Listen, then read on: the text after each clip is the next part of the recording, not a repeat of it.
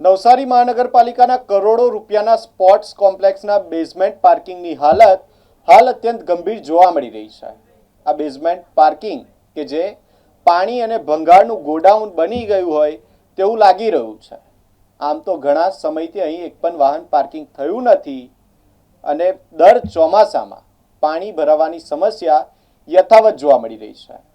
ઉપરાંત ચોંકાવનારી બાબત તો એ છે કે અહીં સરદાર વલ્લભભાઈ પટેલ, નરેન્દ્ર મોદી અને તિરંગા જેવા બેનરો, પોસ્ટરો કચરાની હાલતમાં પડેલા જોવા મળ્યા છે। નવસારી શહેરના સ્પોર્ટ્સ કોમ્પ્લેક્સમાં ખેલાડીઓ અને મુલાકાતીઓ માટે બનાવવામાં આવેલી વિશાળ બેઝમેન્ટ પાર્કિંગ આજે ઉપયોગના અભાવે ભંગાર અને જૂના સામાનના ગોડાઉનમાં ફેરવાઈ ગઈ છે। દર ચોમાસાની જેમ આ વર્ષે પણ બેઝમેન્ટમાં અંદાજે 1.5 ફૂટ જેટલું વરસાદી પાણી ભરાઈ ગયું છે। પાણીના ભરાવાથી મચ્છરો અને જીવાતોનો ઉપદ્રવ વધ્યો છે, જ્યારે સ્થાનિકોના જણાવ્યા મુજબ અહીં સાપ પણ નીકળવાના બનાવો બન્યા છે, જેના કારણે ખેલાડીઓ અને મુલાકાતીઓમાં ભયનો માહોલ ફેલાઈ રહ્યો છે। એક તરફ મહાનગરપાલિકાના સ્વચ્છતાના કાર્યક્રમો યોજી શહેરને સ્વચ્છ રાખવાના દાવાઓ કરવામાં આવે છે, તો બીજી તરફ પોતાની જ કરોડોની મિલકતમાં ગંદકી અને અવ્યવસ્થાના દ્રશ્યો સામે આવી રહ્યા છે। સ્પોર્ટ્સ કોમ્પ્લેક્સના બેઝમેન્ટમાં સરદાર વલ્લભભાઈ પટેલ, વડાપ્રધાન નરેન્દ્ર મોદી અને રાષ્ટ્રીય ધ્વજના બેનરો કચરાની જેમ પડેલા જોવા મળતા લોકોમાં નારાજગી જોવા મળી છે। મારા ધ્યાન પર આવ્યું કે સ્પોર્ટ્સ કોમ્પ્લેક્સની જે બેઝમેન્ટ છે એની અંદર દબાણ શાખા દ્વારા જે દબાણની લારી ગલ્લા ને બધું હોય એ વસ્તુઓ મૂકવામાં આવે છે। એટલે તાત્કાલિક મેં અમારા નીચેના સ્ટાફને સૂચના આપી છે કે તાત્કાલિક એનું વેલ્યુએશન કરાવી અને ઓક્શન કરી અને પ્રથમ તો જે દબાણનો જે મટીરિયલ પડ્યું છે એનો નિકાલ કરવામાં આવે।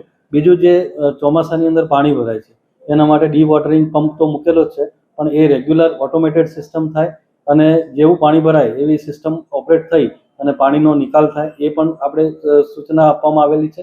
અને આના માટે પરમેનન્ટ કઈ સિસ્ટમ થાય અને જે એનો જે ઉપયોગ માટે જે પાર્કિંગ છે એ રિયલ સેન્સમાં પાર્કિંગ તરીકેનો જ યુઝ થાય એ પ્રકારનું આયોજન કરી લીધું છે અને એ પ્રકારે અમલ તાત્કાલિક થાય એ બાબત કડક સૂચનાઓ આપવામાં આવી છે।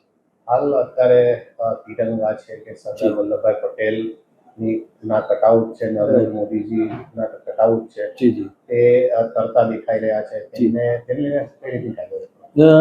મીડિયાના માધ્યમથી મને એ પણ ધ્યાન પર આવ્યું છે કે આ રીતનું જે છે જે જૂનું બધું પડેલું છે વસ્તુઓ એ અત્યારે પાણી ભરાવાના કારણે એ બહાર આવી રહી છે, તો એ બાબતે તાત્કાલિક ટીમને મોકલી દીધી છે અને એ બધી વસ્તુ રિમૂવ કરી અને એનો યોગ્ય રીતે જે છે એ સન્માન સાથે વ્યવસ્થિત જગ્યાએ મુકાય એ બાબતની પણ સૂચનાઓ આપી દીધી છે અને ભવિષ્યમાં આ બાબતની ઘટના ન બને એ બાબતે કડક કાર્યવાહી બાબતે પણ મેં સૂચના આપી દીધી છે। નવસારી નગરપાલિકા દ્વારા સ્પોર્ટ્સ કોમ્પ્લેક્સ બનાવવામાં આવ્યું હતું લગભગ 9 વર્ષ પહેલા અને હવે મહાનગરપાલિકા થયું છે, ત્યારે અનેક તર્ક વિતર્કો સ્પોર્ટ્સ કોમ્પ્લેક્સમાં ઉદ્ભવ્યા છે। ત્યારે સીધા જ અમે તમને દ્રશ્યો બતાવી રહ્યા છે। નવસારી મહાનગરપાલિકા બન્યું અને વિકાસે વેગ પકડ્યો છે, પણ કેવો વેગ પકડ્યો છે તે તેમાં સીધા જ દ્રશ્યો જોઈ રહ્યા છો।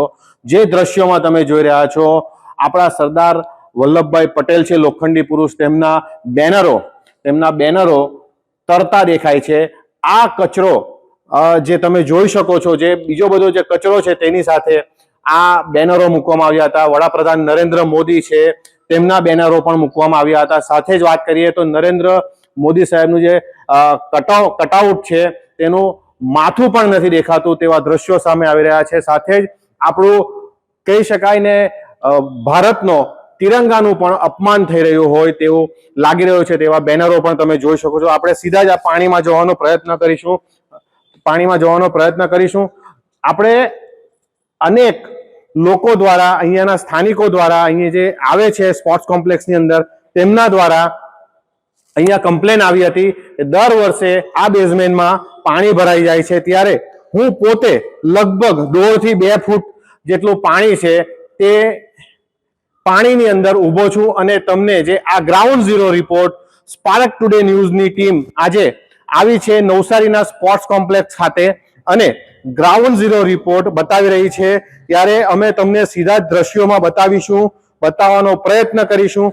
જે આપણા લોખંડી પુરુષ છે સરદાર વલ્લભભાઈ પટેલ, તેમનો કટઆઉટ છે, આ તમે જોઈ શકો છો, એ પાણીમાં તરી રહ્યો છે। આમ તો કચરામાં ફેંકી દેવામાં આવ્યો હતો, પરંતુ પાણી ભરાયું અને તરતા તરતા બાપુ બહાર આવી ગયા.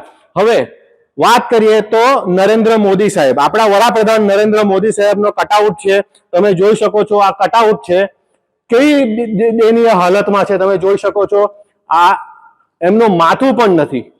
એટલે કહી શકાય કે મોટી મોટી વાતો કરતી નવસારી મહાનગરપાલિકા ને કોઈ પણ જાતની પડેલી નથી. સાથે જ આ તિરંગો હું તમને બતાવું છું, આપણું દેશનું ગૌરવ છે, તે પણ આજે તરતો દેખાય છે અને કચરામાં જોવા મળી રહ્યો છે.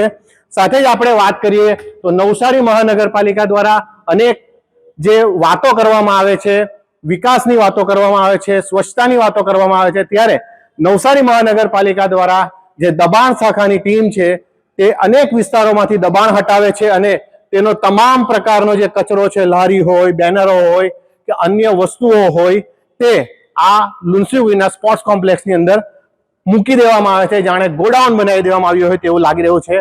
સ્પોર્ટ્સ કોમ્પ્લેક્સ બન્યું ત્યારથી આ જે પાર્કિંગ છે તેમાં એક પણ વાહન પાર્કિંગ થયું નથી અને દર વર્ષે પાણીનો ભરાવો સામે આવે છે.